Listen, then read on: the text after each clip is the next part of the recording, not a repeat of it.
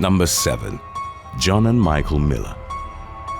A father and son from Abilene, Texas, were caught on video gunning down their neighbor following an argument that escalated out of proportion on the morning of September the 1st of 2018. As was detailed in an article published by the Star-Telegram, the gunmen were John Miller and his son Michael, who confronted their neighbor Aaron Howard after he'd discarded a mattress into a dumpster located in the shared alleyway behind their respective houses. The Millers, armed with guns, approached 37-year-old Howard and expressed their grievance with him, but the encounter quickly turned into a heated shouting match between the two parties. As tensions escalated, Howard threatened to kill the father and son for pulling out weapons in front of his nieces and nephews, to which 67-year-old John Miller responded by telling his neighbor to back up several times. At one point, Howard's common-law wife, Cara Box, who was recording the incident with her cell phone, retrieved a baseball bat, and the Millers proceeded to egg them on to take a swing.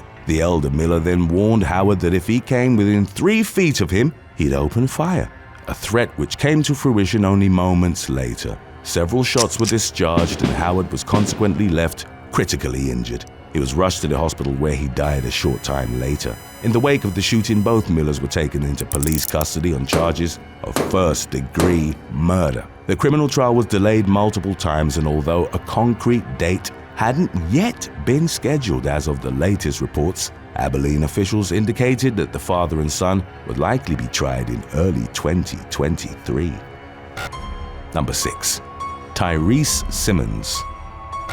On the evening of August the 14th of 2019, the police in Dallas, Texas, received reports of a shooting in the 3500 block of Munger Avenue. Upon their arrival, responding officers discovered that a young girl, identified as Brandonia Bennett, had been fatally shot in an attack of which she hadn't been the intended target.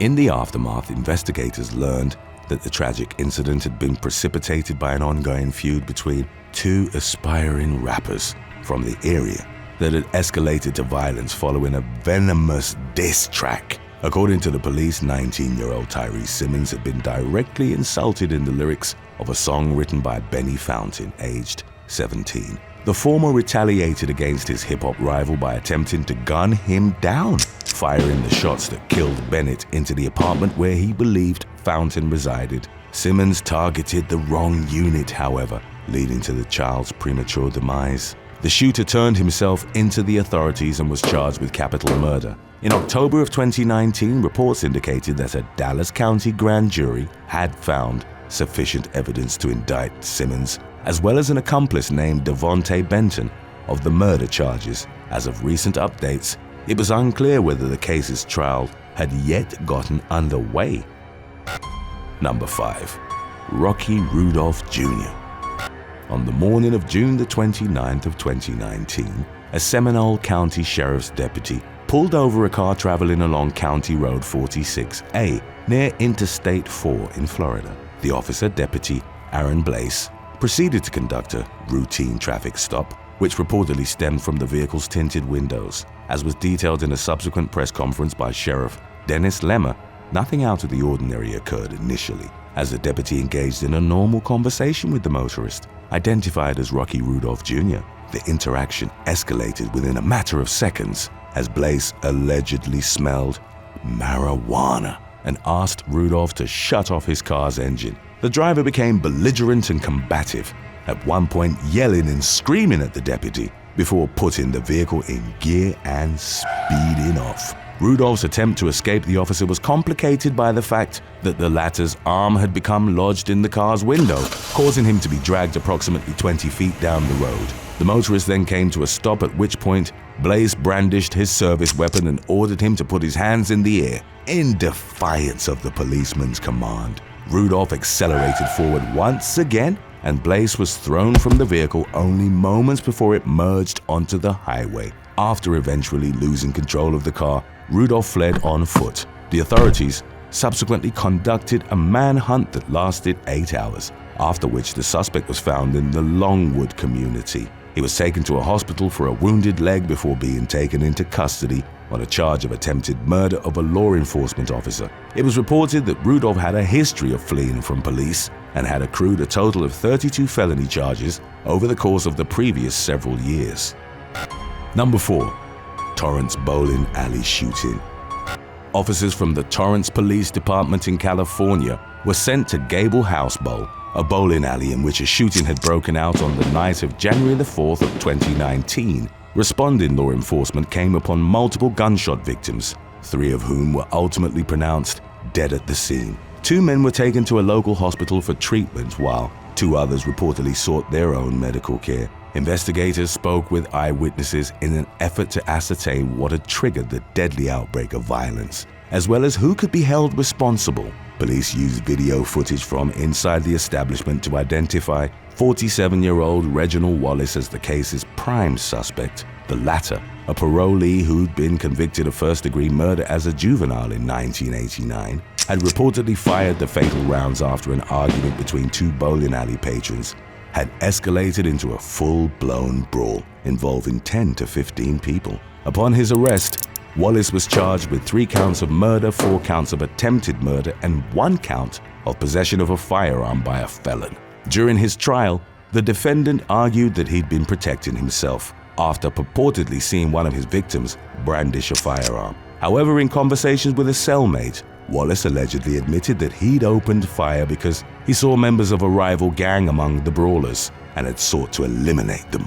The man was ultimately found guilty of each count levied against him, although his conviction all but assured he'd spend the remainder of his life behind bars. Wallace's official sentencing hearing was scheduled to take place in September of 2022. Number 3. Ferguson Park Water Gun Fight.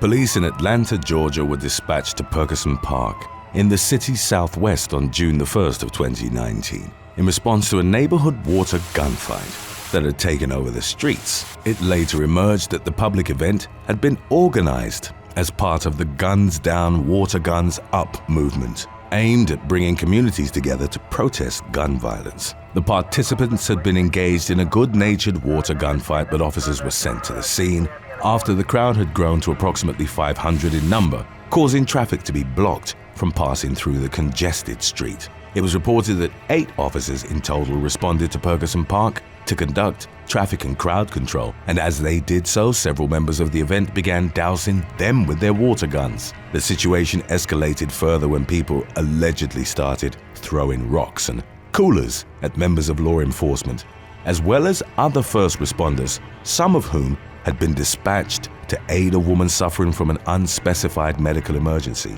The police eventually began impounding parked cars to clear up the roadway, at which point the crowd dispersed. While many online commenters were quick to defend those who sprayed water at the officers, the Atlanta Police Department released a statement in which they detailed the situation's potential dangers, stating that the event quickly grew beyond entertainment and became a safety hazard. Today's topic was inspired by Will Turner. If you have any other topics you'd like to learn about, subscribe and let us know in the comments section below. Number 2. Terence Huff Jr. Shortly after midnight on July the 5th of 2007, Ohio firefighter Terence Huff Jr. stormed out of his Cleveland residence with a firearm in hand to confront his next-door neighbors about the noise they were making during an Independence Day celebration. The 35-year-old man, a 12-year veteran of the fire department, unloaded a barrage of bullets at the partygoers, striking 5 of them, 3 of whom ultimately passed away from their resulting injuries. The police were called to the scene and Huff was placed under arrest, whereupon he was charged with 3 counts of aggravated murder. The authorities subsequently recovered a total of 7 handguns from the suspect's home, including the one used in the deadly shooting, as well as 5 long guns. In the incident's aftermath, details regarding an apparent feud between the Huff family and their neighbors began to emerge. Between 2003 and 2005, Huff's wife Regina reportedly called the police multiple times to complain about the people living next door. The content of her various complaints ranged from loud music being played to underage drinking and drug use. The veteran firefighter allowed the tension that existed between his household and the adjacent one to boil over on the night of the tragic episode that claimed the lives of 3 people, all in their 20s or early 30s. In 2008, Huff was convicted on the murder charges and consequently sentenced to life imprisonment with no chance of parole. Number 1. Chan Arslan.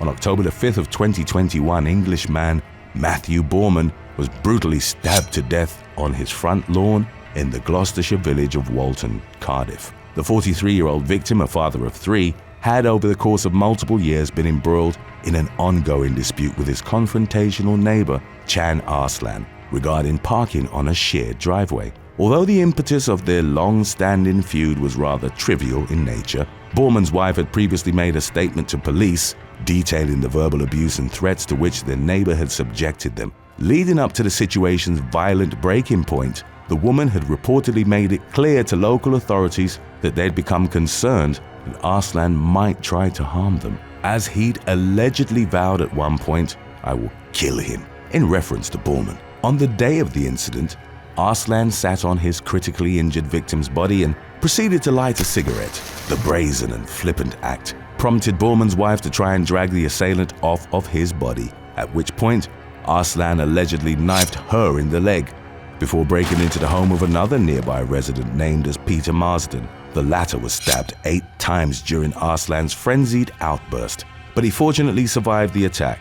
In the ensuing legal proceedings, the crazed neighbor denied murder and instead pleaded guilty to manslaughter on the grounds of diminished responsibility, citing his supposed personality disorder as the reason he'd lashed out with such ferocious violence. However, psychiatrists brought in to testify in court indicated that Arslan had been in total control of his actions on the day of the murder, and he was thus found guilty. In the summer of 2022, the man was sentenced to life in prison with the possibility of parole after 38 years. Thanks for watching. Would you rather be viciously screamed at by anyone you make eye contact with for 3 days, or have to crab walk around everywhere you go for a week? Let us know in the comments section below.